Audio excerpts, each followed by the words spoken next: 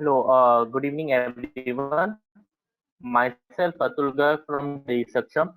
I welcome you all for today's session at leadership. Thank you everyone for taking out time for leadership session.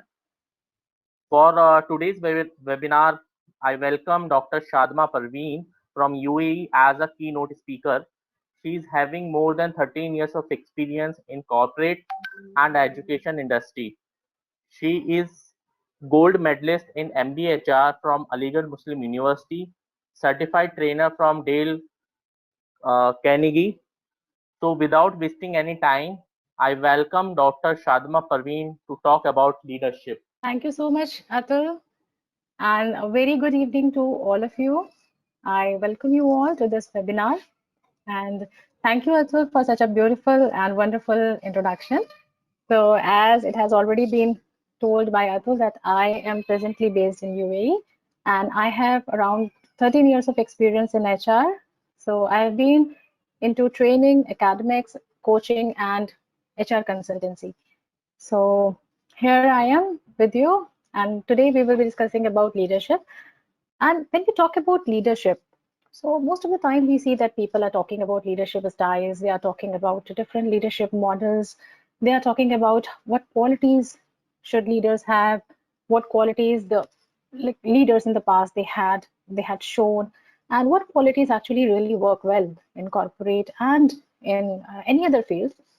So today I'll be talking about leadership, but I'll not be talking about all these things because I'm sure that you must have heard about all these things a lot. So today I'll be showing you a different kind of leadership, a different pace of leadership. You can say a different style and a different approach towards leadership. So as we all know that leadership in present scenario, it becomes really, really critical. It becomes very important, especially in present COVID conditions, wherein the all of a sudden the situations have become really challenging. So it's like do or die situation for many industries and many professionals. So if we are not able to brush up our leadership skills, if we are not able to become really a competent leader in present time, then we will not be able to survive in future because of the conditions, the market conditions that have been arose by this COVID-19 pandemic. So before I start formally with the topic, I would like to show you a line which I am very impressed from. So effective leadership flows from effectively leading yourself. So when we're talking about effective leadership, the first thing that is important is that we should be able to lead ourselves. Because if you are leading yourself, if you are able to lead yourself, then only you will be able to lead others. If you will be lost, all those who are following you will be lost also. So it's very important that if we want to be an effective leader, it's very important that first of all, we should be able to lead our own life. We should be able to lead our own career. So that our own life, our own career should be in our control, first of all. So with these lines, I would like to start with the topic. And most of you must have heard that when we talk about leadership, we talk about broadly two categories of leadership. The first is transactional and the second one is transformational. So transactional leadership is like you have set organization, you have set a structure, you have set processes, and you are just following that. So you are just depicting a role which has been set by the management. But when we talk about transformational leadership, so by the way, transactional leadership in present scenario is not at all relevant now. So when we talk about transformational leadership, that is basically the leadership wherein we talk about more of innovation, we talk about more of development. We are not like bounded by the boundaries, we are not like restricted by the rules, regulation, and the guidelines of the organization. But we are open for change, we are open for development, we are open for innovation, and we are open for bringing new additions, new changes in our HR practices, in our organizational practices. That is what transformational leadership is. So I would say that in present condition, transformational leadership is the only leadership style, is the only leadership category which is relevant, and it is going to be relevant and it is going to sustain its relevancy in near future as well. Now I want a very small exercise from you all. So what you have to do is, you have to, I'll just give you 5 seconds for that. you just have to think about one leader. Choose any one person whom you consider as a good leader, from whom you are really influenced a lot, whose personality influence you a lot, whom you consider a good leader. And that it will be really good if you choose someone who is here, like who not in the meeting, but who is existing in present time, not a historical leader. But if you would choose anyone with whom you have interacted in recent past, so just choose any one person. You don't have to tell me the name, but just choose one person. Whatever name comes first in your mind, just choose that one person.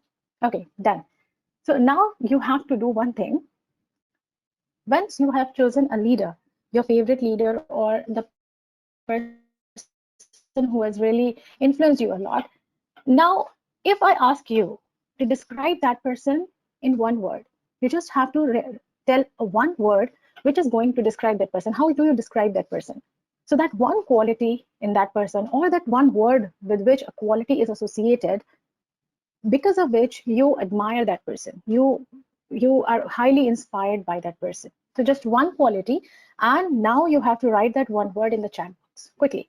Communication, strong personality. Narendra Singh, can you be a bit precise? Like, what do you mean by strong personality? So, what is the thing that fascinates you most in the personality of your favorite leader? Courage, reliable, very nice. A good trainer, okay, training skills, good decision making, smart, talented, leadership, a good visionary, intelligence, learning, agility, learner, good communication skills. Very nice. I'm really happy to see the promptness of your responses. Really nice. And with this small determination, very good point, Seema. Very nice. And with this small exercise, I just want to bring your attention to a very important point. Now, each one of you, you have a favorite leader of yours, and you have mentioned one word for that leader, for that person, deep learner. Okay, so you have mentioned one word for that person.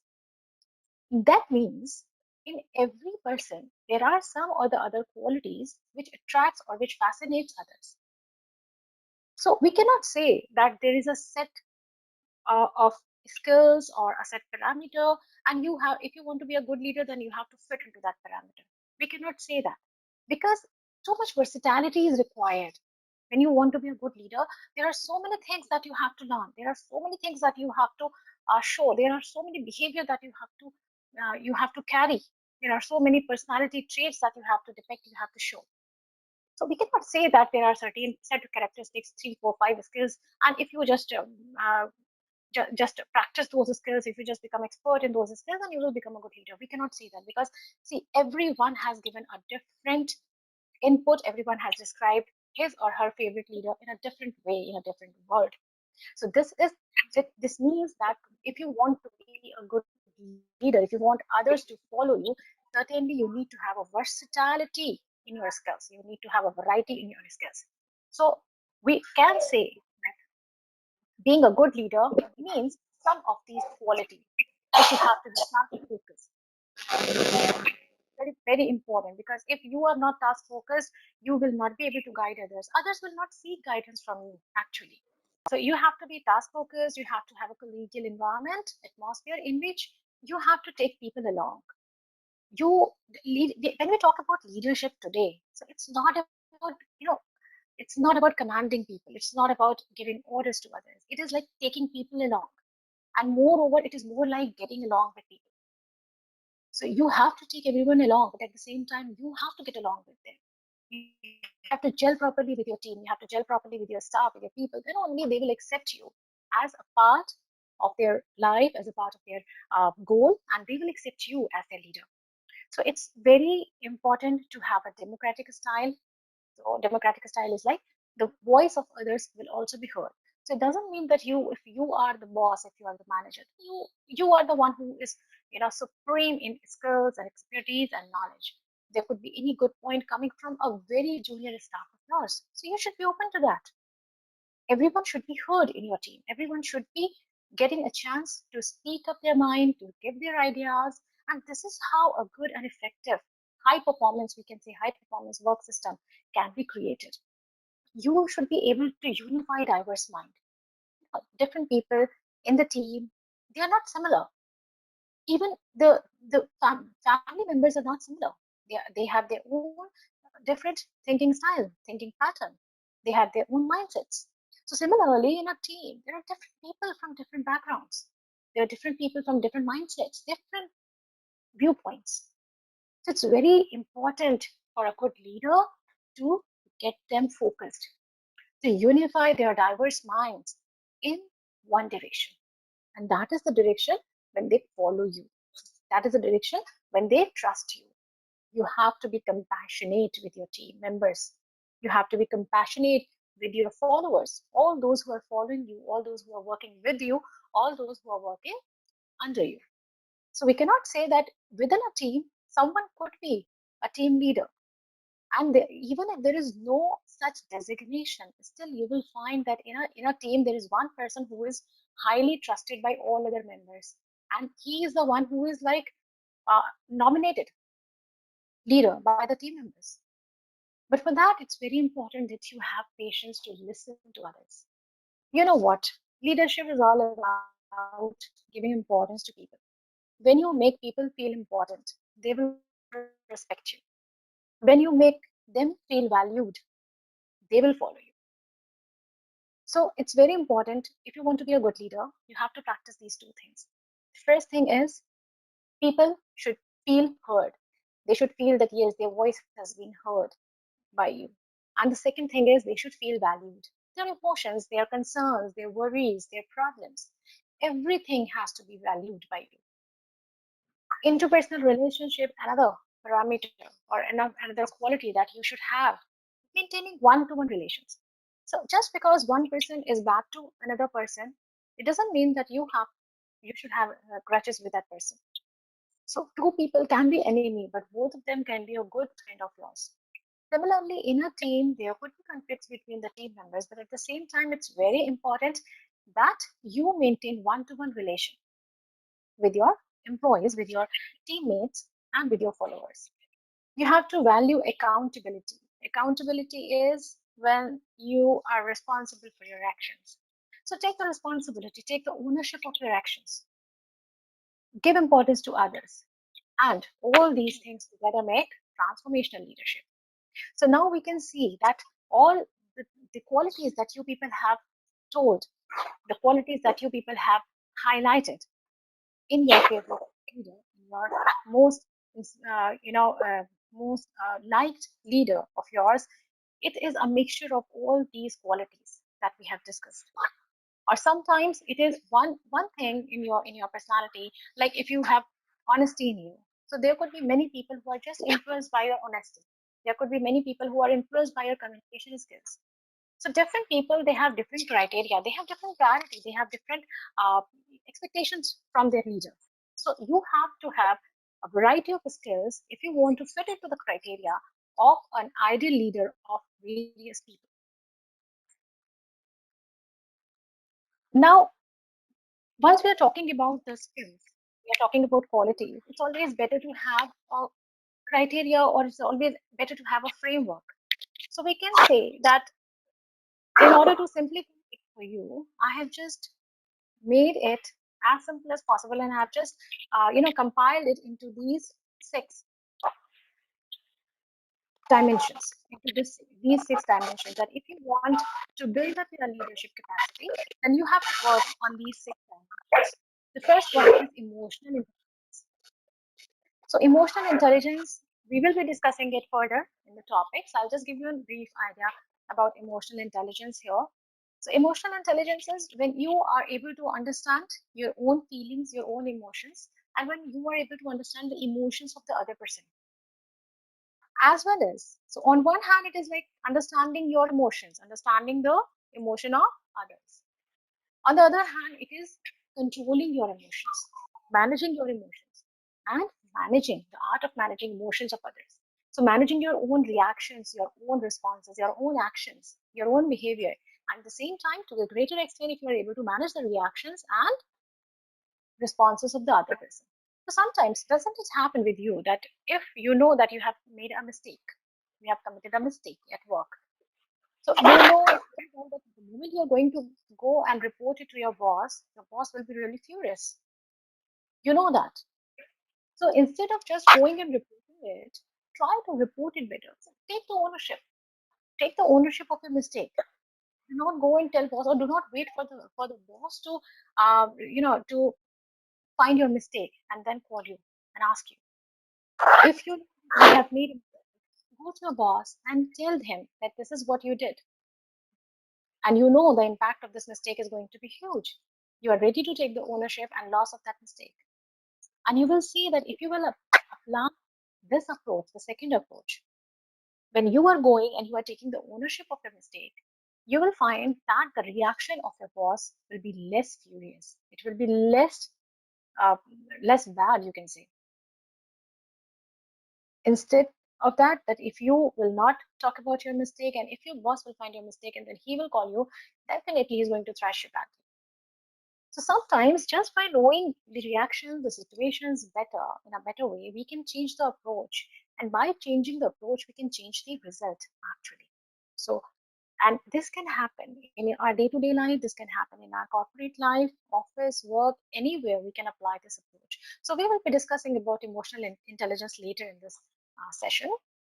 And self-mastery also I'll be taking up in detail. So self-mastery is when you develop yourself, when you work toward developing yourself, toward improving your own self. Consciousness intelligence. Consciousness intelligence is when you are aware about, when you're conscious about what is happening around, when you're conscious about what is happening with the others also. So it's not about what is happening in your personal life, but if you are leading a team, for example, if you have 3 to 5 subordinates in your team or 10 subordinates in your team, then it's very important that you should be knowing what is happening with them, what is going on in their life. It's not that you start nagging them, but at least broadly you must be knowing that if someone is going through a very low phase or if someone is going through a very bad phase, so your approach to that person should be based on what they are facing in their life beyond the office premises. So consciousness intelligence is when you're conscious about what is happening around, and at the same time you're also conscious about how your behavior is affecting others. So you should be knowing that if you have been very rude with your team members, how is going to impact them?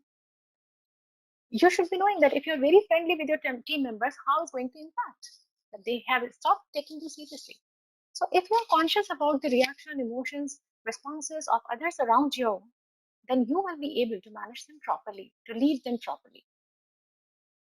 Next is need or expectation intelligence. Now, this is what actually we did in the short exercise. That every one of the participants, they have highlighted a different quality. Like someone said, I like that leader because that leader has very good communication skill. Someone said honesty. Someone said learning. Someone said agility. Someone said a good trainer, right? So, what happens is we like a person if, or we are influenced by a person if the quality that we are looking forward is present in that person. So if you want to develop your communication skills, if you feel that yes, communication skills are very important, so anyone who will be having very strong communication skills, you cannot stop yourself liking that person. You can't stop yourself from being inspired by that person. So different people, they have different needs, and according to their need, they select their leader because they need what they need to develop in themselves the qualities present in that leader. So this is important to find out what are the need of people around you. What do they need? If you have those qualities, if you have those competencies in you, if you are expert in that, definitely they will be influenced by you. So that need and expectation intelligence is very important if you really want to be an effective leader and a very effective influencer. Ownership of mistake is important because your team members will always respect you if you are taking ownership. Your subordinates will always respect you if you're taking ownership of the task, if you're taking ownership. Give credit to your juniors and take the responsibility of mistakes and failures. But do not put the blame on others. just to play safe. Do not put the blame on of any failure to the other person and do not take the credit. People are not going to respect you at all if you're doing this. They will never be accepting you as their leader. So being a leader, and if you want to take the position of a leader, it's very important that you develop others. So if you are sitting here as a manager, you don't have to rule your subordinates. Try to develop them to your level. Try to teach them whatever you have, whatever you know. And you will find that the moment you will find that your subordinates, your team members have reached to that level, your level has already been increased. So by helping them to learn, you have leveled yourself up. This is how the growth of a good leader is.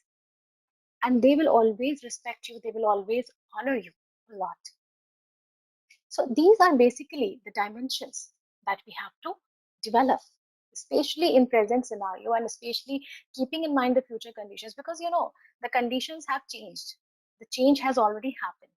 We are still thinking that we are going through a change, we are going through the transition, but actually the fact is that the change has already happened. So no matter what, even if this pandemic is going to be over, even if COVID-19 vaccine will be available and the things are back to normal, but things are never going to be back to that state which is used to be 5 or 6 months ago. So if things are going to improve or change, it's going to change from here. So this is going to be the the things are going to take off from here, not from the past. So anyways, the things are not going back. So the change has already happened. So what we have to do is, we don't have to sit now. We don't have to sit and wait for things to go back to normal. Things are not going back to normal.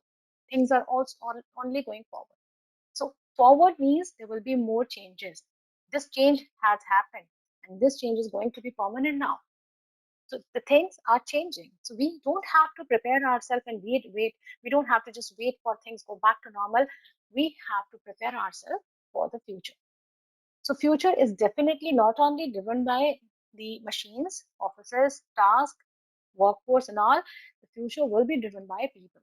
Because in this situation, organizations have also analyzed and they have also, acknowledged that people, knowledge, and skills are the most important assets of an organization.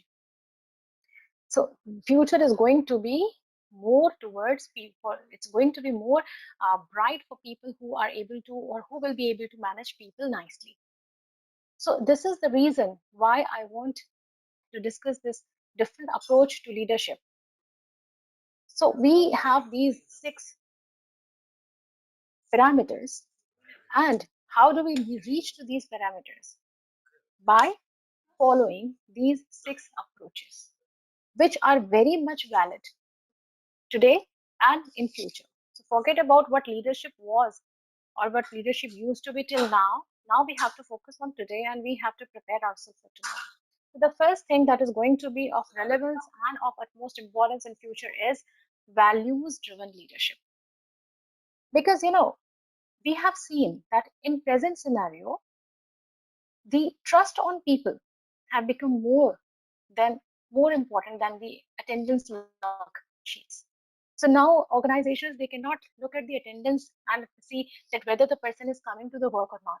Now they are bound to trust people that they are sitting at their home and they are doing their work.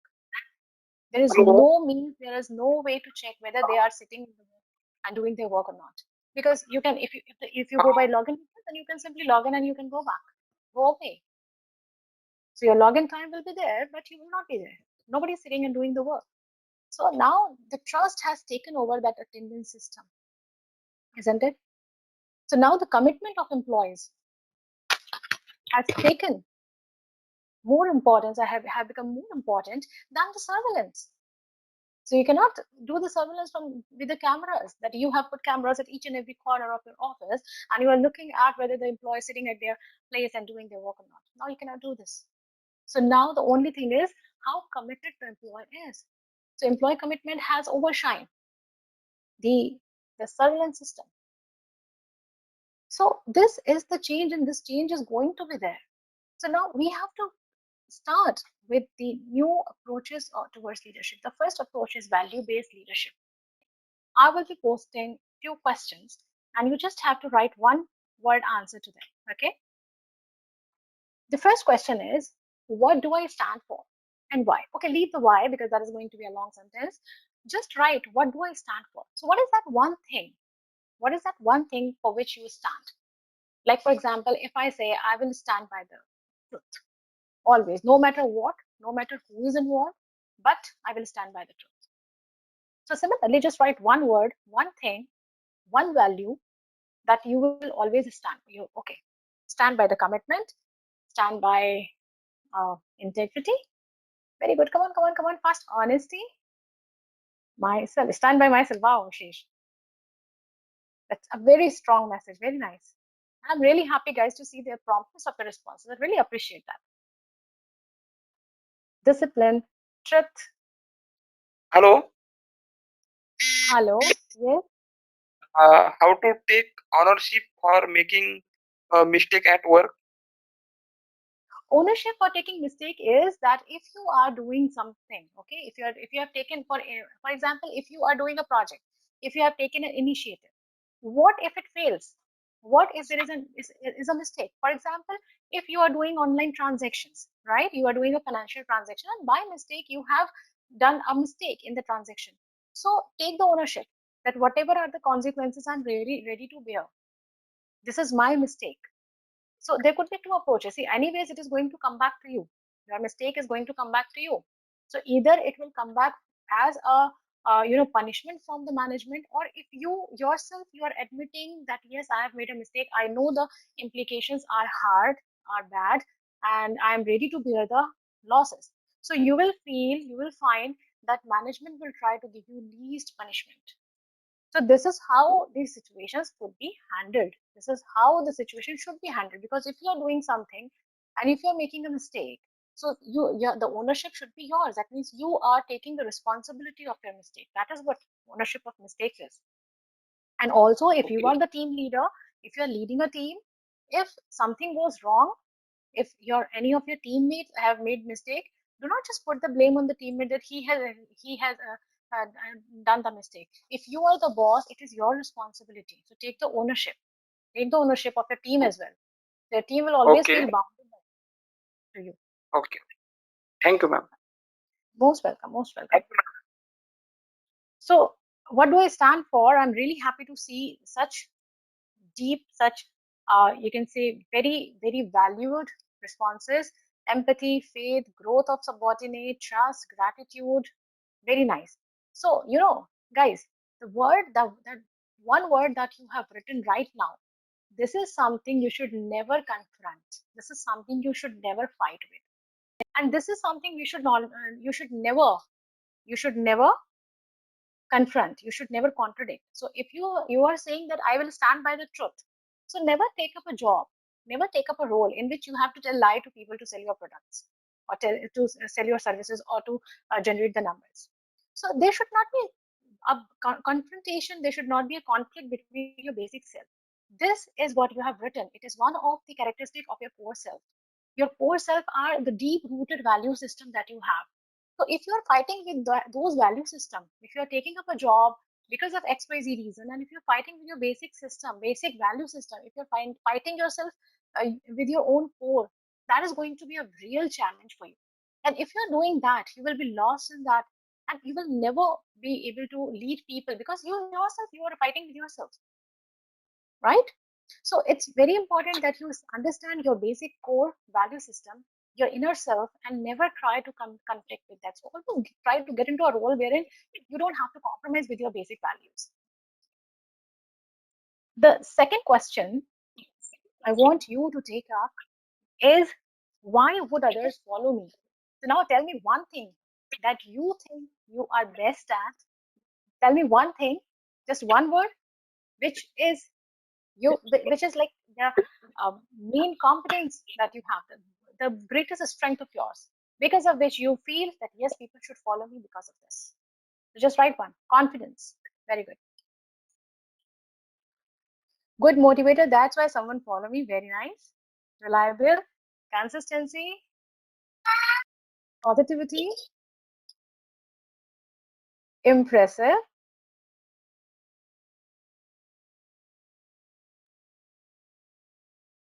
Excellence.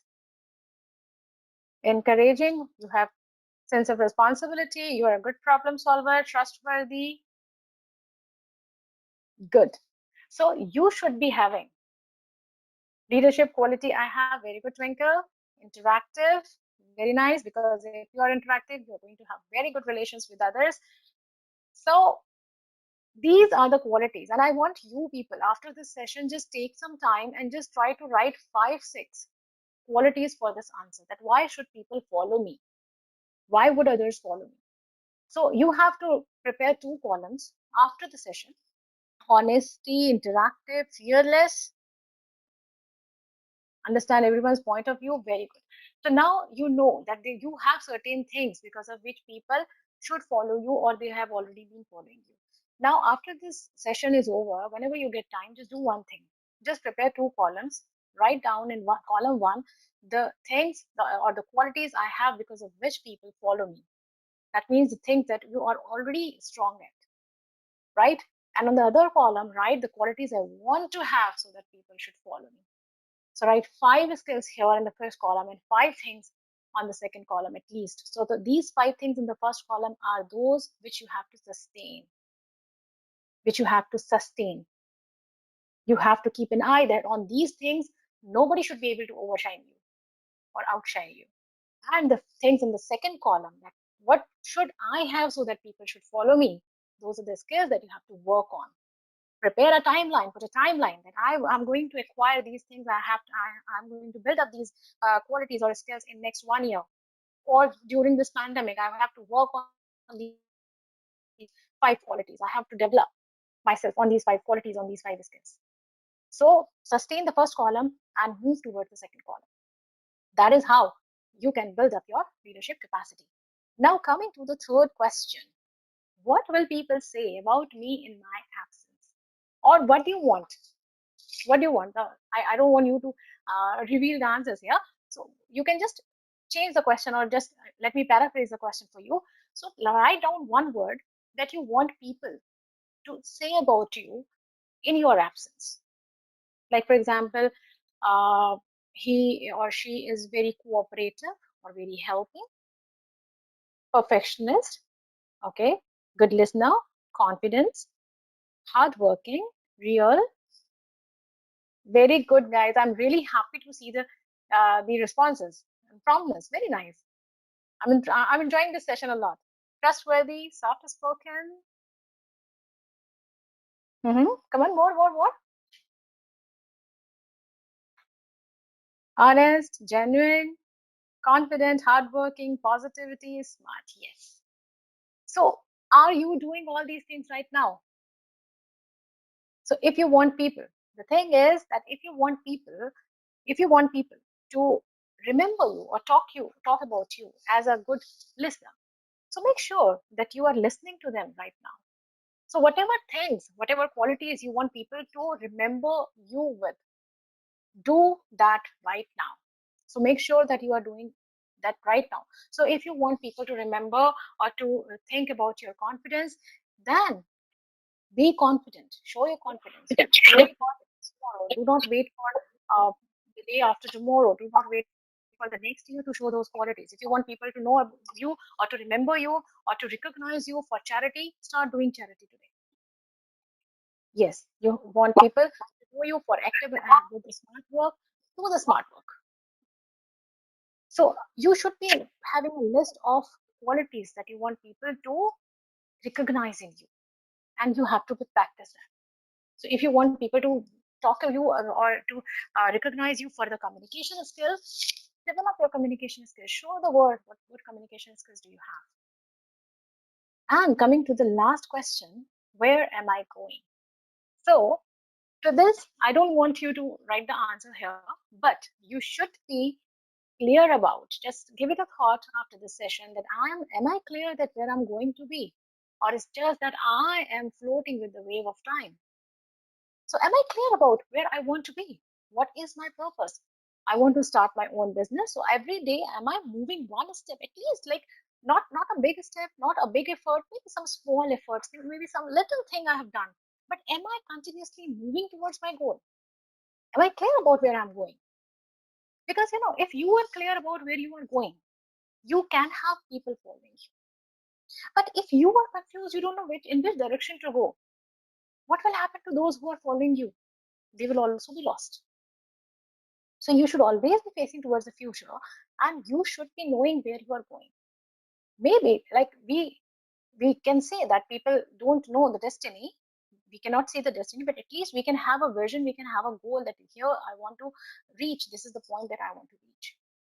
So this particular goal should be very clear, and that should be time bound. It's very important to have a time bound goal. So we can say that yes, I want to start my own business, but maybe in next 1 year, next 2 year, next 5 years, next 10 years. So unless and until there is no timeline to your goal, you will not be able to achieve that. And even if you will be able to achieve that, by the time you will achieve, it will be losing its importance. So it's very important to have a goal and to have a proper timeline for your goal. So how can you do that? If we want to, like keeping all these points in mind, how can we do that? By aligning proper goals, by making credibility. Being a good leader is very important to have a good credibility, and you have to maintain this credibility every day. You have to give your credibility every day. It's not that today you are saying something and tomorrow you're saying some other thing and contradicting your own. So today you are telling your people to be honest, right, in their approach, to be honest with the customer, and tomorrow you yourself are telling a lie to the customer in front of, or to the client in front of your people, in front of your team. So you are contradicting your own versions, you are contradicting your own values. So you have to maintain your credibility and you have to live it every day. You have, being a leader, you have to inspire others the same way that you are inspired by a leader. You should be future oriented, because if you are looking forward, then only you can lead others. You have to be rational in your approach. Emotional factor should be there. You should be able to align the values properly, honesty, and you should be serving others. So this is how a value-based leadership can be created, which is going to be of utmost importance in present time and in future also. Now, how can you create value in your system? So now the question might arise in your mind that how can I implement this in my organization, at my work? So now what you can do is, whatever work you're doing, try to find out the gap between where a people centered approach or a people oriented approach is lagging. For example, in your organization, for example, there is a 180-degree appraisal system which is being adapted or which is being practiced, in which only the boss is reviewing or appraising the performance of the subordinate.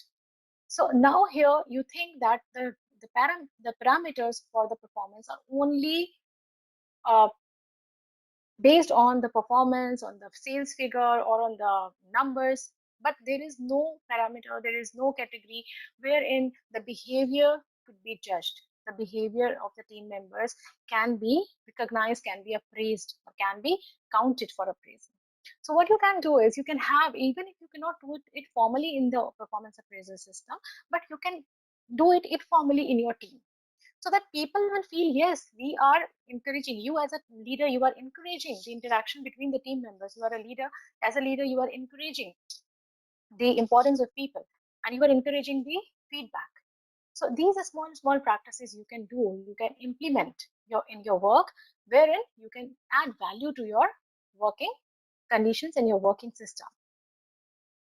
Now, next dimension that I want to talk about, next approach, is self-mastery.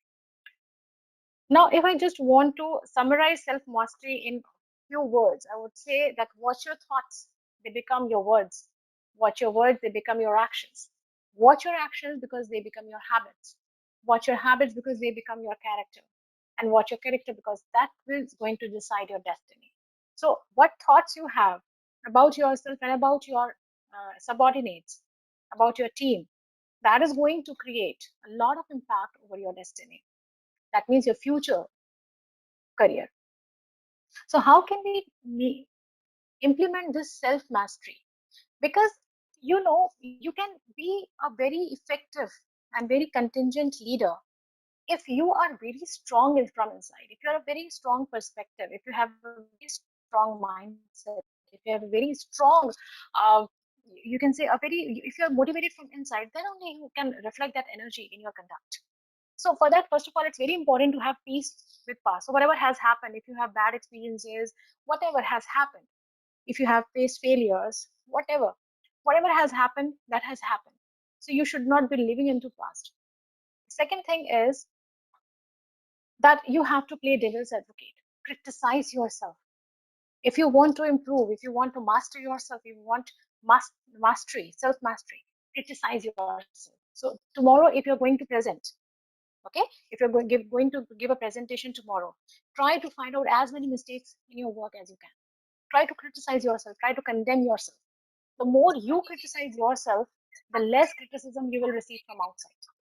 So criticize your own self, criticize your own work, but that doesn't mean that you should start doubting yourself. Don't doubt yourself. Criticize yourself to find out the faults in your work, to find out any mistakes, anything that wrong that you are doing, so that you can improve. Accept your resistance. Very important point. Just to lead others doesn't mean that you should be able to accept anything that is coming your way. No, you should be having a very clearly drawn line. What is acceptable to me? What is not acceptable to me? You should be knowing your resistance. Something which is not acceptable, something which you cannot tolerate, you should never be forcing yourself to tolerate that. So accept the resistance that you have. Break the bystander effect. Bystander effect is the phenomena wherein if there is any problem, everyone is watching and everyone is waiting for someone to go and take the initiative. Do not wait for others. Take the initiative. Even if you will fail, no issues. Even if you will fail, no issues. But take the initiative. If you is going to succeed, people definitely will automatically they will accept you as a leader. So it's very important that especially in non-conventional circumstances, in some problems, it's very important for you to take initiatives. And can't we see it right now? Because this pandemic effect is there for everyone. Certain industries are really badly hit by them, by this condition. But still, people are finding ways. People are finding alternatives. And the one who is finding an alternative fastly, that company or that individual is taking an advantage. So this is what is happening. So whenever there is a challenge, few people look at the challenge as a problem, but at the same time, few will look at the same problem or the same challenge as an opportunity to prove yourself. So do not take every problem or every challenge as a problem. Try to see the challenges from an opportunity point of view. That is, if others are not able to do it, is it that I can do it? Or if somehow I will be able to do this, I will be the leader. I will automatically become a leader. So just break that bystander effect. Cognitive reappraisal is when you yourself, you are auditing yourself, you are questioning yourself, and you are basically you are questioning and you are doubting yourself. Doubting means you are questioning yourself and trying to find out what are the areas where exactly even now you have to improve. You should be knowing your strengths, you should be knowing your weaknesses, and you should be talking to yourself. Now this talk to yourself, self talk is really very effective. I've been doing it for past many years, and I've really suggest that this is very important. Once in a day, just sit for 5-10 minutes and just think that what you were supposed to do today and what exactly you have done. Especially if you have a clear goal in your mind, ask yourself every day whether you have taken that small step toward the goal or not. Not a big leap, but even a small step is worthwhile. So just talk to yourself very often. That introspection is very important because that will help you to develop yourself. That will help you to find out what skills in the column B that you still have to work on. The next approach is the innovation and experimentation approach. So innovation in today's scenario, in today's market conditions, this innovation thing has become really experimentation, and innovation has become very, very, very significant. If you have something new right now, you are in the market. If you don't have something new, you will not be there in the market. Right?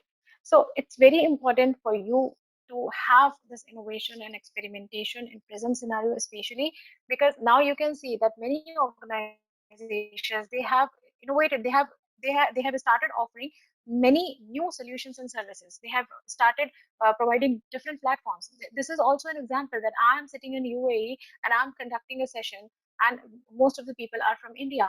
I'm interacting with people. Had it been possible if this pandemic was not there? No, because normally any training program, any courses, they were supposed to be like the trainer has to be physically present over there. So now the mindsets have been changed. Now the innovation is taking place. Now the experimentations, different experimentations are taking place. So you should be ready for that. You should be ready for this change. You have to prepare yourself for this change. Innovate at your workplace. Innovate in your work. Innovate in your work that you are doing in your office. Try to find out what else I can do, what changes I can bring about. How can I introduce technology in my work? How can I introduce any changes in my work so that it can become more efficient, it can become more important, and it can become more faster, maybe just faster. So you have to compare your past experiences also, like previously, if you have innovated anything in your organization, how was the behavior of the management? So keeping all these things in mind, you have to prepare a plan for the innovation. And I'm not talking about some radical innovation. That can be small changes in your processes. That can be small changes which just save time, which just save data, which just let you be more efficient, which just connect you properly with the customers, which can open new horizons for you, not only in India but outside the India as well. So it's very important for you to open up your mind and become a very innovative and experimentation oriented person.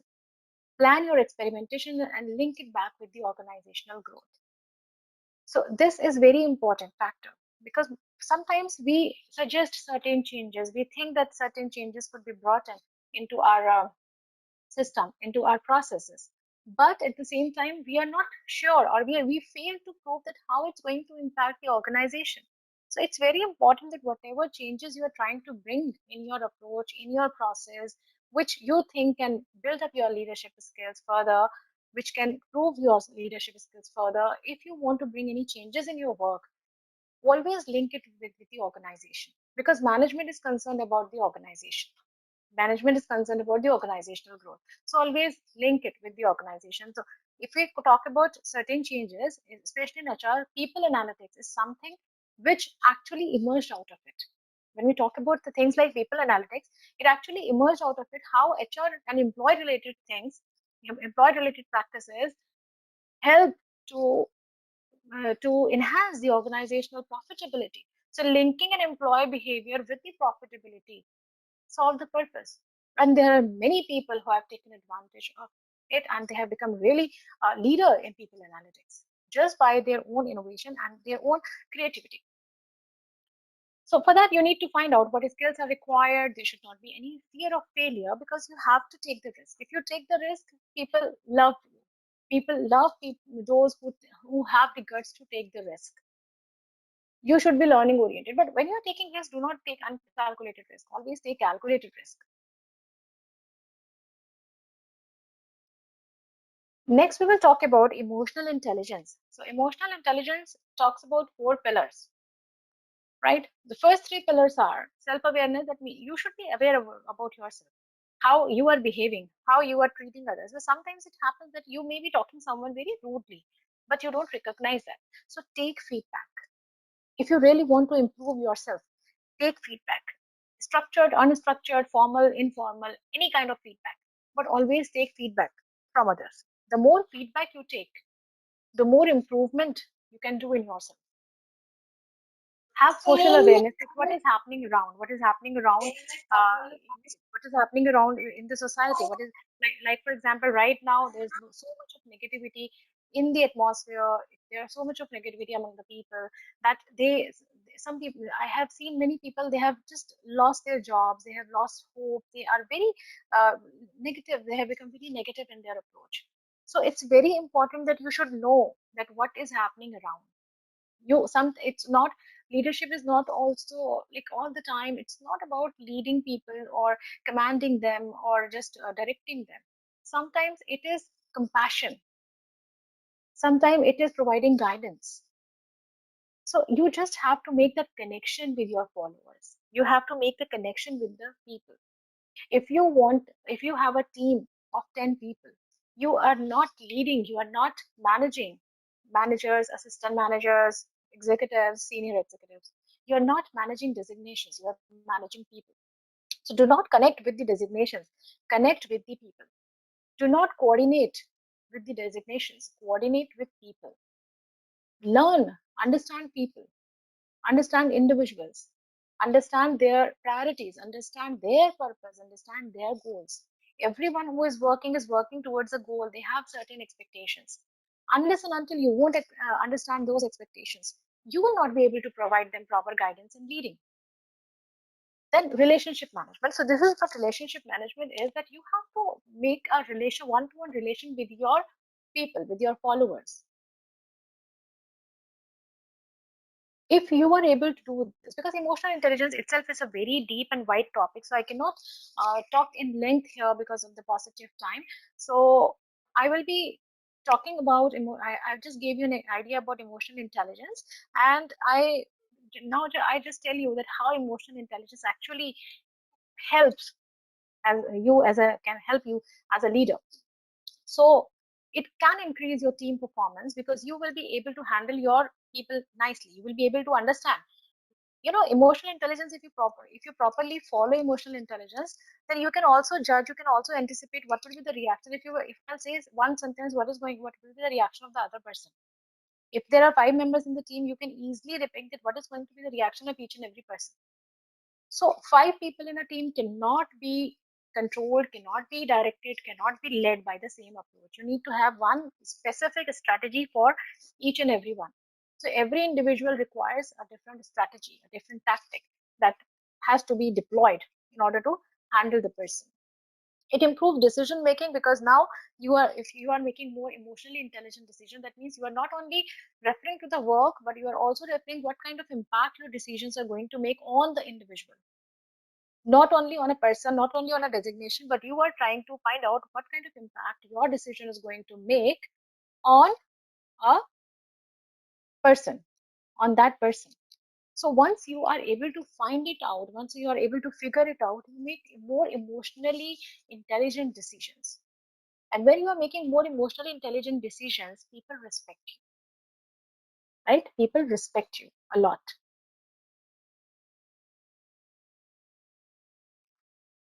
I can see many questions also here in the chat box. I will be taking up the questions at the end. So it increases your leadership. People respect you. People honor you. If you develop that kind of rapport with your people, they trust you. And after a limit, after some time, after beyond you can say a threshold, they blindly follow you. That is the effect of leadership. That is the power of leadership. That at one point of time, people will blindly follow you, because they trust you blindly. Now that whatever you are saying, that is for their good. You need to have empathy when you're talking about emotional intelligence. You need to be learning oriented and compassion. So when you do all these things, you will be able to establish the 4th pillar of emotional intelligence, that is self-management. So now here you are able to manage yourself. You are able to manage the emotions of the other person. You are able to manage your reactions, and you are able to manage the actions and reactions of the other person. Okay, so basically what we are doing in emotional intelligence is we are being more conscious about our responses. We are not reacting, we are responding. So being a good leader, you should not react to situations. You should not react to actions. You have to respond. Now, very quickly, I'll tell you what is the basic difference between reaction and response. Reaction is something which is immediate. So someone did something, you immediately reacted. Without thinking, without any rationality, someone did one action, immediate reaction. That is what reaction is. Response is when someone has said something, when someone has done something, you take a moment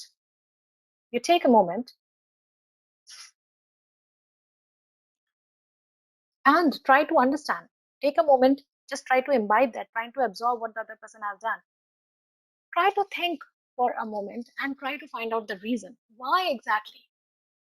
So the basic difference between a reaction and a response is in reaction, we are just seeing the action. In a response, we are trying to find out the reason, the why.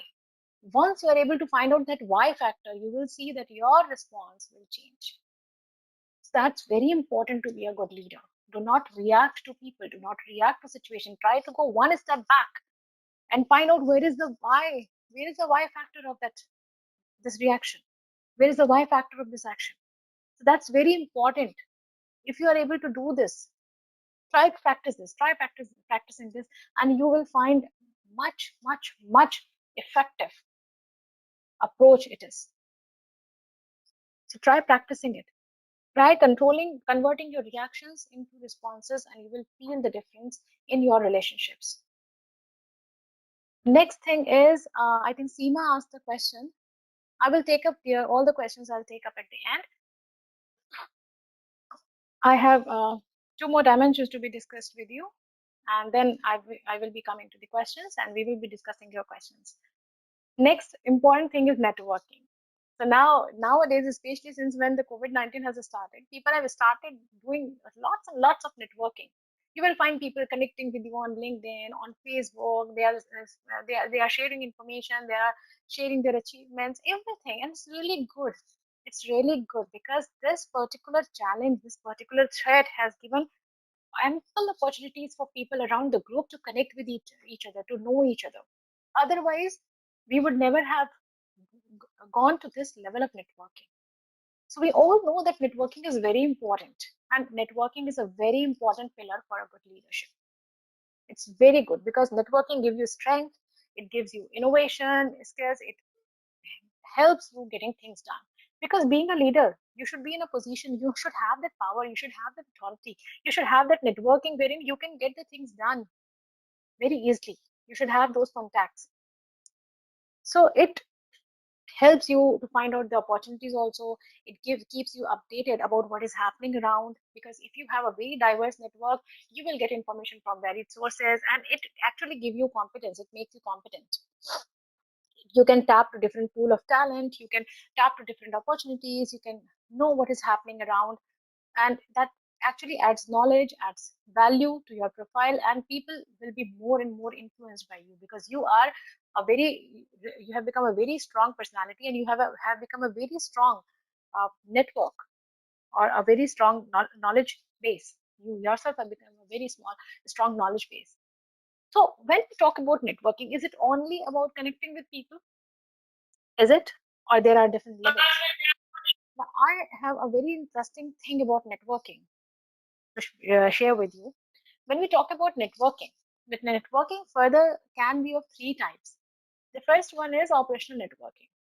Now, operational networking is very simple. That is a basic networking, that if you are working in an organization, you have good contacts in your department, and you have good contacts in other departments. You know someone in HR, you know someone in finance. So if you have any query regarding HR, you know whom to contact. If you have anything related to finance, you know whom to call and ask. You know the person in operations. So if you have built a contact network in your organization, and you have basically built up this network to make sure that whatever your day-to-day activities are, whatever your tasks are, you are able to complete it. Right? It adds efficiency in your current role. Now, this is what we call operational networking, because this is something which is required for you to do your current job efficiently. And 80% of people, they stop at this level, right? Just especially before this pandemic has begun, 80% of people used to stop at operational networking only. They think that, yes, I have a very good network in the organization. I know what is happening in which department. I know what is happening in other department. I can easily get the work done. So I'm very strong in networking. But this is just the basic level of networking. Then comes the second level, that is personal networking. So in operational networking, there will be people in your network. There will be people from the same company, maybe different departments, maybe different offices, different locations, but in the same company. When we talk about personal networking, here people are mostly external. The people with whom you are connected at a personal level. right? Personal and professional development. It can be both for professional development, that you are connecting with people in the same city, in the same industry, in the same sector, or you are getting connected with people who have the same kind of personal interest, right? Now, this networking is important because it has a future orientation. So you are connected to people from the same industry. You are connected to people from the same sector or same kind of domain. So you are in HR, you are connected with people who are in HR. So it actually gives you more, you can say, a more accessibility to people who are working in the same area. So this is the next level of networking, that is personal networking. And in this, the people are mostly from outside the organization. The third level is strategic networking, which only few people are doing. Strategic networking. Strategic networking is the networking that you do for future, right?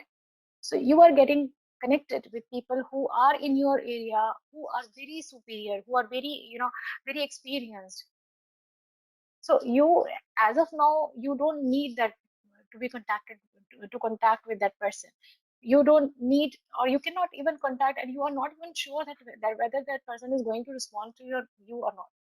But you follow that person, and maybe in future you can get some guidance from that person. Or sometimes you just learn by looking at what others are doing. So you are not directly contacting that person, you are not talking to that person, but you have people who are very influential in your field, who could be your role models, who have lived a journey that you are living. So if they are sharing their experiences, if they are sharing something, if they are conducting certain sessions, you are attending and you can get so much of knowledge and expertise. So maybe if you are just listening to the mistakes that they have made, you can learn so many things, that these are the things that I should not repeat, at least. So you can learn from others. This is what strategic networking is, which you do for long term. Here the contacts could be internal, contacts could be external, but here the future orientation is there, right? So in strategic networking, it's very important for all of us to get into this type of networking. So do not stop yourself. My purpose of like sharing this piece of knowledge with you is, do not stop yourself only at operational networking. Try to move to personal networking, try to move to strategic networking. Maybe sometimes you have to give a small favor, you have to just do something, some small information you have to share with someone, and you're not getting any return as of now. But by this, you are building up your relationship for future. So maybe in future that relationship can pay you back. So try to move when you're doing networking. If you want to be an effective leader, try to move more toward strategic networking. Try to align yourself, try to link yourself with people who have lived a very informative, a very good and enriched life, enriched with experiences. Just try to learn from their life, from their journeys. That's very important. The last dimension, or the last approach, is having a positive leadership. Positive leadership is when you see the positivity even in the tree of negativity. That is what positivity is. So when we talk about the situation, many industries are badly hit by the COVID-19. Many people have lost their job, but at the same time, many who have lost their job, I have seen them starting something of their own. So maybe they have been thinking for past so many years that they have to start something, but it was difficult for them to come out of their comfort zone, that I have to leave my job. Why should I leave my job? But now that they don't have jobs, so they don't have any other option. So either they have to be drowned or they have to learn swimming. So they are opting to learn swimming, to learn how to swim out of this problem. So positive leadership is that leadership in which, among the challenges, you can see the opportunity in that, right? If we talk about a bell curve, a normal distribution curve, so most of the leaders, they are average leaders. They fall in the middle, the middle area of that curve. Very few are extremely negative, very bad, and there will be very few who are extremely good and extremely positive, who do not give up, who do not quit, who don't give up. But try to be in that right tail of that leadership bell curve. Try to be that leader, try to be that individual who is ready to take the opportunity. What will happen? You will fail, right? You will fail. But if you're not doing anything, you have already accepted your failure. So why not to do and then fail? There are chances, at least there are chances that you might succeed as well. So in this scenario also, in this pandemic situation also, try to find out how you can do value addition. What are the things that you want to develop? Do not waste this time. Do not just sit back and do not wait for things to go back. Trust me, things are never going back to that normal. Okay? Things are going further. So prepare yourself, utilize this time and prepare yourself. Brush up, build up your leadership capacity, build up your skills, and prepare yourself for the takeoff. It like it involves taking up courses. I'm really happy and I really appreciate people who are taking up various courses, who are learning something, who are developing. Because right now it's not about spending. You know, earlier we used to think that we are taking up courses and we are spending money. Right now, I would say I have done. Mayur Chaudhary, can you please mute? Thank you so much, dear. Thank you so much. So even I'm learning so many new things because I'm utilizing this time. Similarly, you can also do the same thing. Try to learn whatever interest you have. Try to build up your profile, your knowledge, not only for the sake of getting the certifications, but for the sake of getting knowledge and building up your profile. That is what is important right now. Because this is something, whatever investment you are doing on yourself right now, that is going to decide how competent you will be in future. So do not just wait and watch the game. Prepare yourself and decide. You have to write your own game in future. So decide that the things are not bad. Just you have to prepare yourself. So it's very important that if you talk about leadership, learn about different leadership models, learn about different researches that have been done. Learn the contingent leadership styles. Learn about leadership. This is going to help you a lot in future. Not only leadership, take up other courses also. Take variety of courses. The future is going to be people oriented. It is going to be knowledge based for sure. It is going to be technology oriented. So try to get into these fields. Nowadays, it's not important to be in one field, in one area, an expert of one area. You need to have an amalgamation of different areas and different expertise. So the more variety of knowledge you have, the more competent you will be. So positive leadership is when you have the positivity in you, when you have the confidence that yes, I can swim in this challenging time. I will be able to come out of it. You have confidence in yourself, and you will come out of it, right? You will find that you will be among very few who actually dare to confront the challenge. So you will become a very influential person and a very good leader. So this was from my side. I would just like to summarize certain things that should be there if you try to learn or you want to be a good leader right now. Mindfulness, whatever you are doing, whatever you are learning, learn with the mindfulness. It's a full mind, full dedication, full focus, whatever you are learning. Positive effect, what positive impact that is going to be on you. So do not just look for what investments I'm doing right now. I'm investing my time, I'm investing my money, but at the same time I'm going to reap the results in the future. Be hopeful, have confidence. Self-efficacy is when you have the confidence, yes, I can do it, I can do it. So that I can do it approach is very important. That is something which makes you really influential. Locus of control is how you are controlled, whether you are controlled, who is having the remote control of your reactions and your behavior. Is it you or someone else outside? So do not give your remote control to someone else. Do not let others guide your life or lead your life. Okay, control your life, control your own life, decide what you want to do, be focused, set a goal for yourself, set a goal, try to break down that goal into small and short term objectives.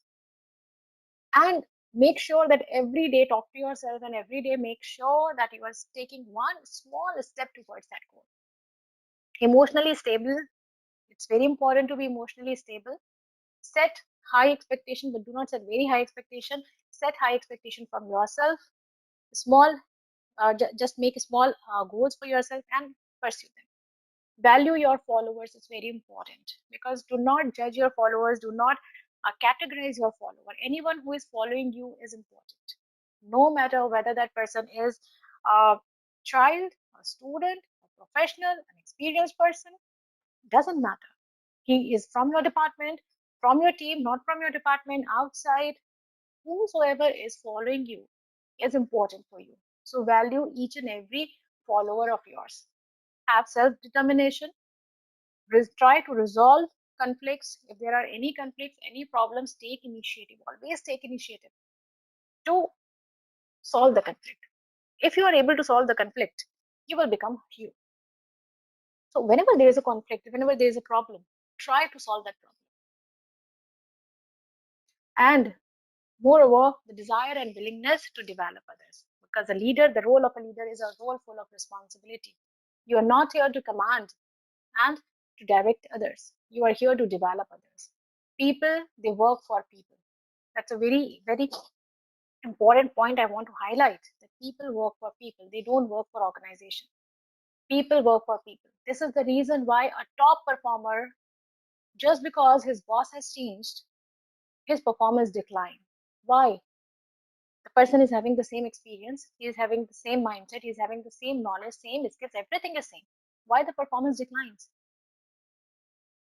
Because the boss has changed. So people, they work for people. Remember this thing. Your subordinates, your followers are working for you. They are not working for the organization. So it's you who is going to decide their performance. It's you who has the responsibility to develop your followers. Always be trustworthy, maintain your credibility, and develop yourself. Continuously develop yourself. Develop yourself on the skills that people want and expect from you. That is where the good leadership comes into action.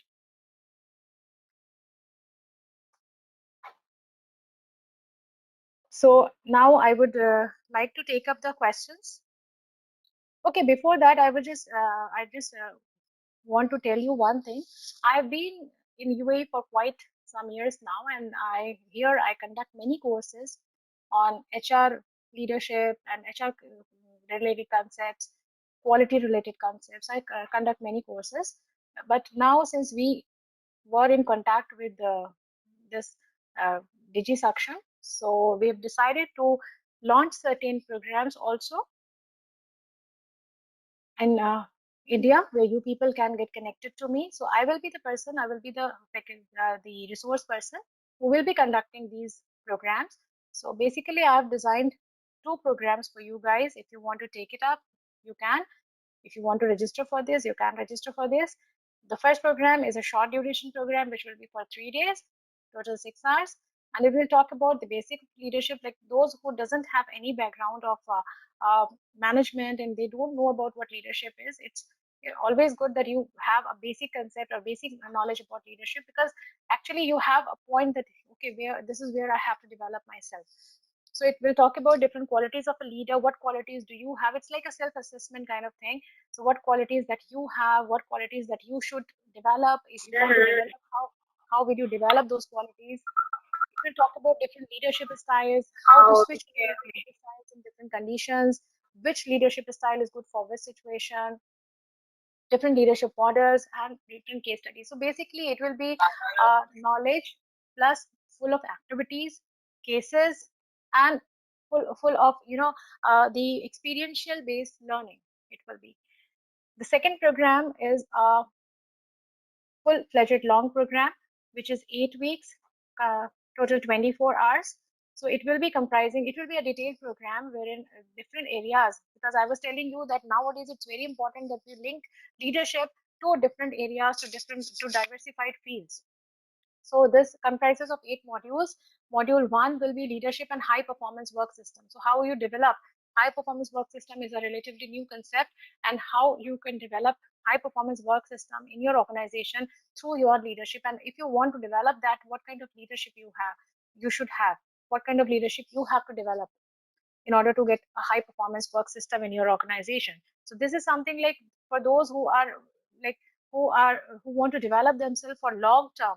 So this is going to be an investment for them for to be competent in future and to remain competent, because these are the things that if you learn once, then you will be able to implement it throughout your life. And no matter in which organization you go or in which organization you join, these things remain valid for organization, because these things doesn't depend upon the sector or the organization.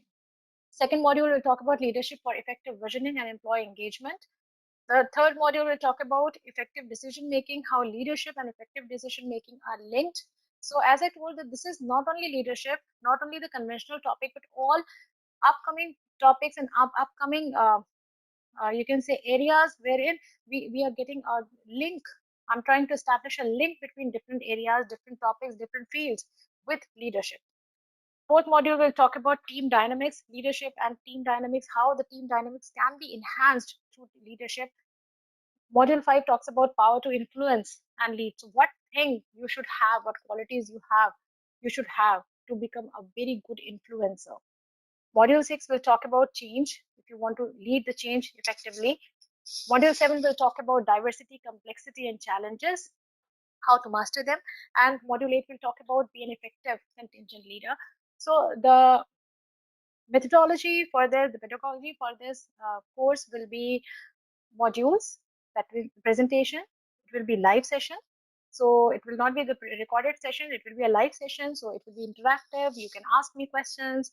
I will be explaining you concepts. I will be giving you examples. I will be conducting exercises, because we will be having a small batch size. So that will be different activities. We will be conducting different activities. We will be discussing various case studies wherein you can learn how people have implemented these things and these practices and how they have actually developed, right? So that means completely experiential based learning will be there. There will be lots of discussion.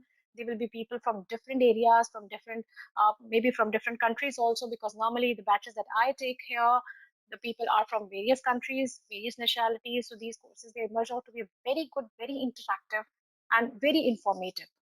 People from different sectors, from different across the hierarchy. So there are certain people who are really sitting at very high top positions. So you will get to learn a lot from these interactive courses. So this is going to be very interactive. There will be small exercises also, so that I can see that whether you are getting whatever we are discussing or not, or you are able to implement it or not. One approach will be in this course will be that whatever we are learning, right, we will discuss how you can implement it at your work, because that is what is important. So it will be like a one-to-one, you can say consultancy kind of thing, that whatever we are discussing, whatever we are learning, how you can implement that. So I will be designing certain activities. This is how I conduct here. I have certain activities, and while conducting those activities, we actually see how a particular thing can be implemented in my organization, in the role that I'm doing, or on me. How can I develop certain skills? What is my level on a particular skill, and what I have to do to develop my skill? So these are the programs. You can get the details if you want, and if you feel like, you can enroll in it. So now I will be taking up the questions. Now, there is one question asked by Rakesh Mehrotra. People elect their leaders in parliament and state assembly. In your opinion, what are the attributes leading to vote in favor of a specific candidate? Do the elected leaders qualify on criteria described by? See, when we are talking about this, we are not talking. See, I don't want to bring this politics stuff here, because it is like, especially if I talk about politics, there have been many kind of discussions that whether these political leaders, they are qualified enough or no, not. There should be some criteria on the qualification as well. And most of the time, it is like whatever option you have available. So you are not deciding the options. You're not deciding the option. Being people, you are just whatever options are available. You're just choosing out of them, right? So you have the freedom to choose the leader, but at the same time, that freedom is limited. So you can choose from 5, you can choose from 10, So it is just like you have limited freedom, but it seems as if you have the liberty or you have the freedom to choose. So whatever the pool you have, see, if you want to pick up chits, right? If you have 10 chits in the ball, you can pick up only from those 10 chits, isn't it? So this is what happens there. So I really don't want to comment on this because definitely if you are asking about my personal opinion, definitely I would say that very qualified, very educated leaders should be there in the parliament and should be leading, because those are the people who can see the different perspective, who can bring about different perspectives. So education, in my view, education is very important because it opens up your mind and you can see various things together, how things are integrating together. But that doesn't mean that if the person is not educated, the person cannot be a good leader. See, leadership is something not you are born with. Leaders are made. You even if you're not educated, you can become a very good leader by your own experiences, by the things that you are learning. It all depends upon what you are, what is your goal, what is your mindset, what is your intention, and what is your keenness to learn. So even if you are not educated, you can be a good leader. So definitely there can be people ruling the country, or there can be people, there can be many startups also. See, there can be many startup companies wherein people are not very educated. They have started the business, they have that zeal to learn, and they have done wonderful job. Agree, So it agree. is leadership. Sadhna, very Yeah. much agree. Thank you so much. Uh, Kirti Vasan has asked, "Hi ma'am, how can I balance my work between my management and workers field?" Sorry, Kirti, can you just tell me what question? I'm not able to understand your question. How can I balance my work between my management and workers field? Is it like you are, on one hand, you are accountable to the management, on the other hand, you are dealing with the workers? Is it something like this? Yeah, ma'am. Okay, so that is what the role of a manager is, Kirti, right? That is what the role of a manager. The role of a manager is very, very critical because the manager is a connecting pin between the management and the worker. So this is what you have to learn, because all the things that are coming from the top, you have to implement that. But at the same time, what relations you share with the top management, and at the same time, what relations do you share with your workers? So if you have trust, if you are able to develop that rapport and trust with your people, you will make decisions which are for their good, and they will follow you, they will be with you. So first of all, there should not be any conflict, there should not be any trust related issues between you and your team. That is very important. You have to ensure that you are able to build that rapport and that trust with your workers. You have that credibility. We talked a lot about credibility, so you have that credibility that you have developed, and you are living that credibility every day. That is very important. And at the same time, that credibility should also be with the top management. So never surrender yourself for anything. I would say always have a say. Always have a say. If you feel that there is something which the management is saying, but it's not good for your team, have the courage to say that. It's not that fighting with the top management, but you should always have a better approach to put forward your point.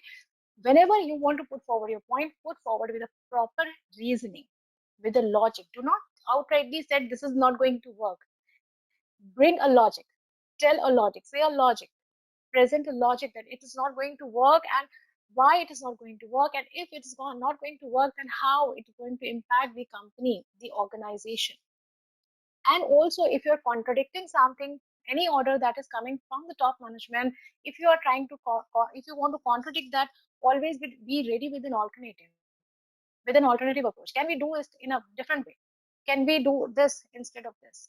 So basically, it's all about rapport building. If you have such a crucial role, it's very important for you to first build up a good rapport and trust with the management as well as with the employee. That is important. Otherwise, you will be crushed between the two. Seema has asked a question. If a leader not ready to listen anything, then being a team member, what can I do? Now, why the leader is not ready to listen? First of all, if someone is not listening to you, there must be a reason for that, especially your boss. If your boss is not listening to you, there must be a reason behind that. Is it a ego clash?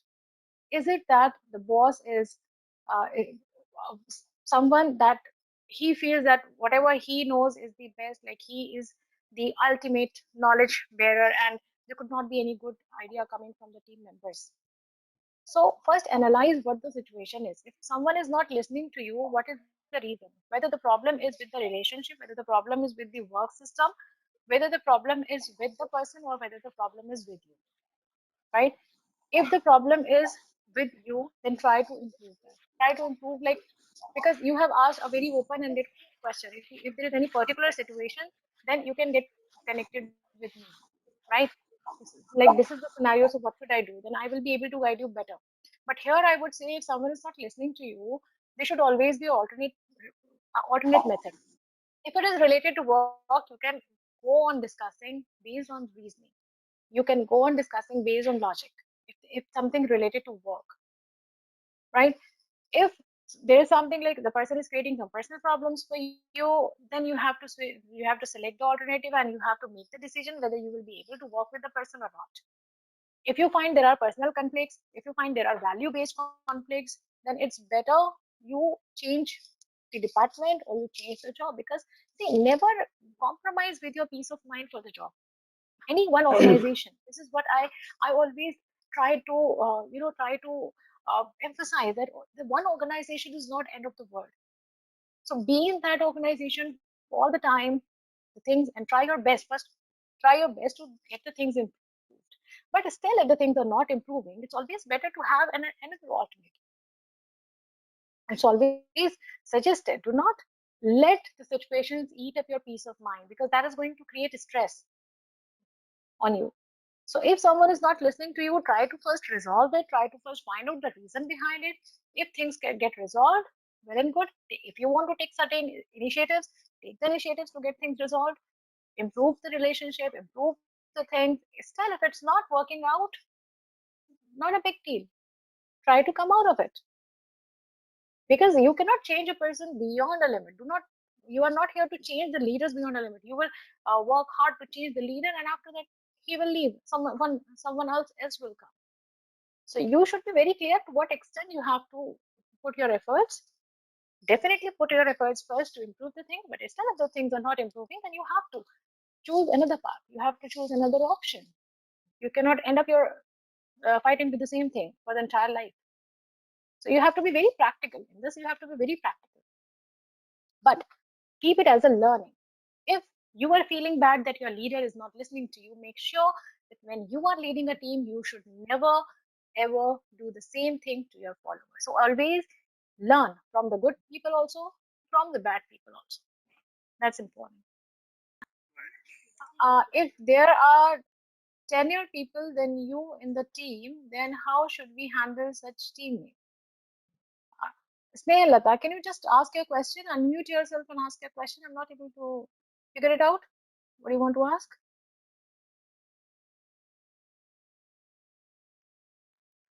Actually, I am handling a team, but there are few people who are more tenured than me in the organization. So That means they are there are, senior to you. yeah, they're senior to me in tenure in that company itself. Okay, okay. So I'm just asking, how do we handle such teammates, or how do you provide coaching to them, or how do you lead such people? It's a very difficult situation. Actually, I can understand. I can relate to that. It's a very difficult situation, and many times I have also faced the same situation, right? So, in this, I would just say that these situations can easily be handled by building up a rapport. Because, if someone is facing this challenge, or are having this mindset that I am more senior than you in this organization, why should I consider you as my team leader? Why should I accept you as my boss? I'm senior to you. I know more than you. So in that case, building up rapport, by building up rapport, and by proving self-worth, that means if you want others to accept you as a leader, you have to show them certain things that you have better than them, right? A similar situation I faced when I taught my first batch, right? When I was teaching MBA courses and I taught my first batch, there are many students who, because I was just I just completed my MBA and got into academic. So in my first batch, there were many students who were like 5 years, 7 years elder to me. So for them, it was very difficult to accept me as the teacher, because they were saying that what will she teach? teach me. I have much more experience than her. So that time you can prove yourself. You can prove your worth only through your knowledge, your expertise, the way you are handling situations. So build up rapport. Do not try to control them. Do not try to control them. The more you try to control them, the more rebellious they become. Build up a rapport. Build up a relationship, good relationship. Try to reach out to them. Try to reach out to them. Sometimes accept them. At times, because definitely if they have spent more years in the organization, they definitely know more than you. They definitely know more than you about the organization, about the systems. And there is nothing bad in that.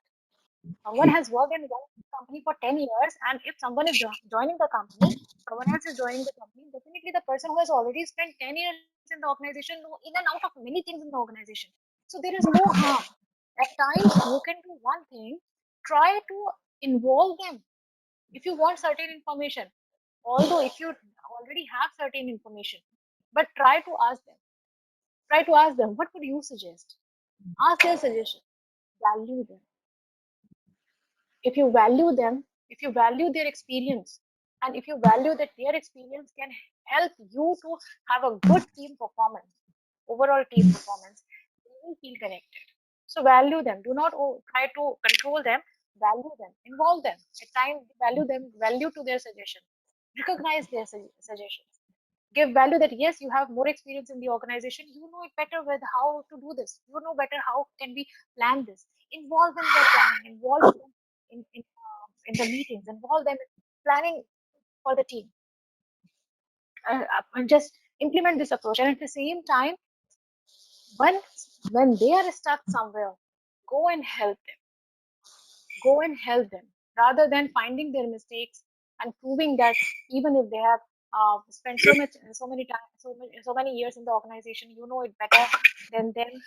Try to help them if they are stuck. See, sometimes you have to command people, but most of the time you have to win people. You can lead people because you are a manager, you are CEO, you are director. You can order people and you can lead people. But in that way, you can lead people only till the time you are in that position. After that, people will not like you. So if you really want to be a good leader, you have to win people. Learn to win people. Help them. Cooperate with them.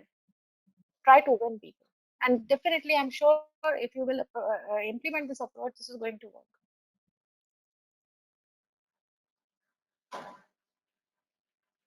Have I answered your question? Yes. Can I ask a follow-up question on that?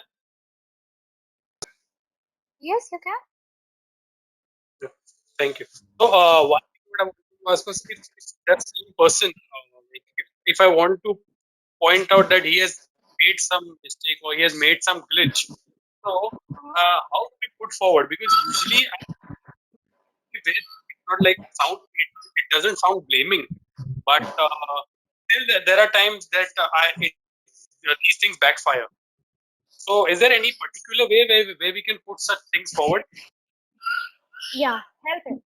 Help him by not highlighting his mistake as much as you can. Try to protect him.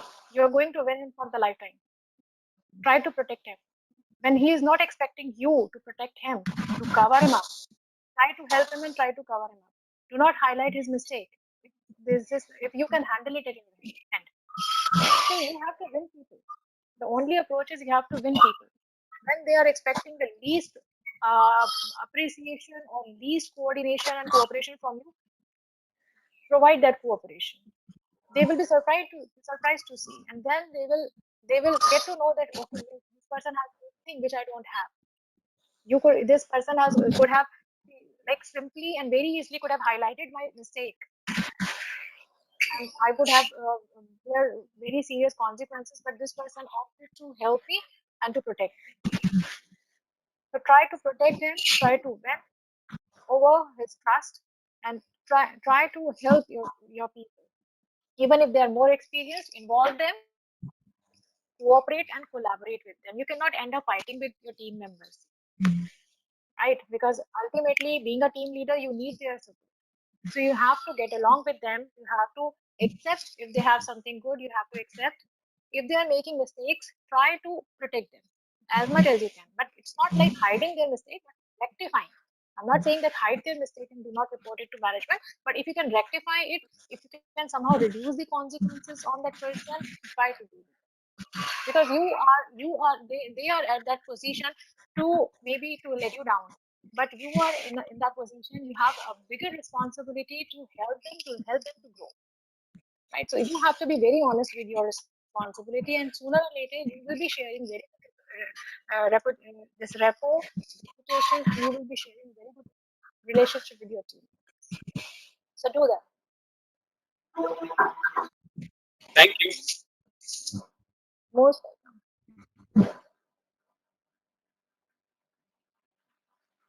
how to effectively earn leadership if majority of members are more experienced than me. See, experience, age, these are not related to leaders. Right?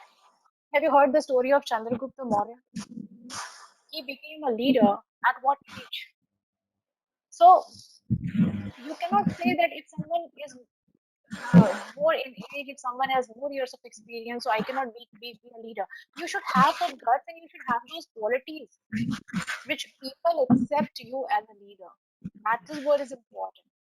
And this is the reason why I'm doing all these sessions and I'm doing all these courses, because people sometimes they don't know what to focus upon. And let me tell you one thing, leadership is not something that you have to go out and you have to acquire from outside.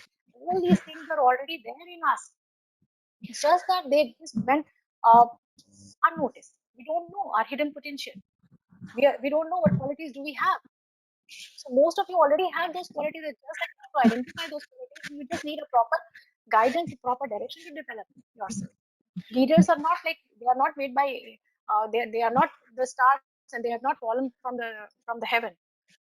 Everyone has built up their own self. Everyone has built up their own qualities. They have built up their own personality. So this is what you have to do.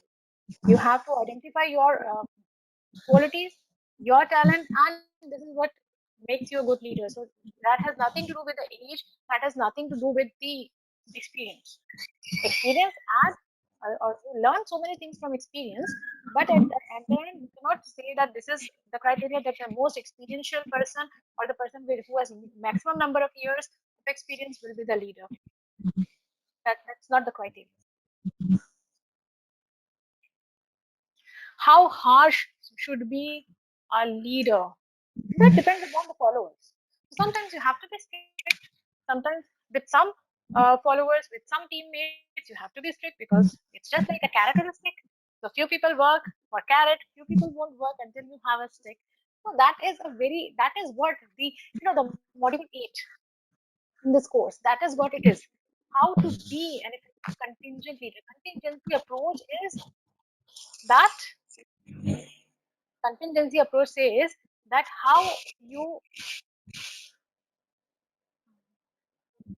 you handle the situation. That is what contingency approach is. So what will be my situation? How harsh, how soft, how friendly, how dominating I will be, that will depend upon what kind of people I have in my team.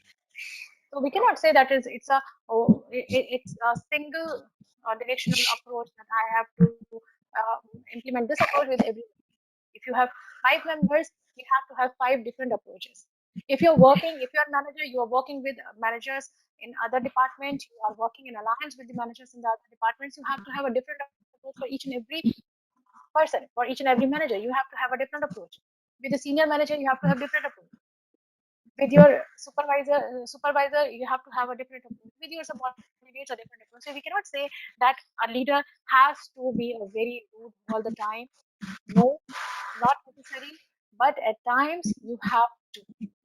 Sometimes you have to exercise your power to control people or to avoid people from making mistakes. So sometimes you have to give some punishment, but you should not be like, if someone has committed a mistake for the first time, like I follow a rule that I never condemn anyone, I never scold anyone on the first mistake. If you are making a mistake for the first time, I will help you my best to correct it, to rectify it. But make sure that you are not making the same mistake again. So that is what is important. So you have to actually build up this culture in your team. So people automatically, you will find that people are becoming more responsible for their work. People are becoming more responsible for their responsibilities, for their tasks. So next time, if they are sending a report to you, they themselves check it twice before sending it to you. So this repo actually you have to build. So being a leader, I would say that always have build that confidence in your team members that they should know that yes, our leader is there to stand by our side, and we are here standing by him.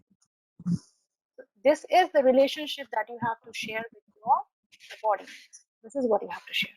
So there's no need to be rude all the time, but that depends upon the situation. There is no hard and fast rule for that. There's one question: how to improve communication skills? See, whether communication skills or any other skills, whatever you want to improve, keep doing that. If you want to improve your communication skill, communicate as much as you can. If you want to improve your decision making skills, study that, do that, make decisions, fail, learn, make, fail, learn. So whatever skills you want to develop, practice. That is the only reason, that is the only way of developing any skill. Practice that. You have fear of public speaking, practice public speaking. Let you stumble. The more you stumble, the more firmly you will get up again. That's very important. Never be aware, like afraid of the failure. What will happen if you will fail in one thing? You are going to do any other thing. It's not going to take your life, isn't it? So whatever skills you want to learn, practice that. That is the only way out. Nobody can.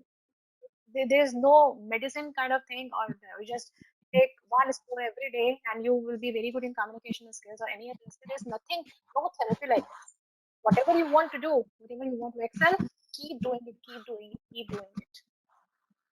Do it, correct it. Do it, correct yourself. Do it, rectify yourself. Learn from your mistakes. That is only. Thank you so much, and thank you so much, Atul and Digi Saksham, for creating this platform and they're organizing this session, and it's very well organized. I really like to thank you.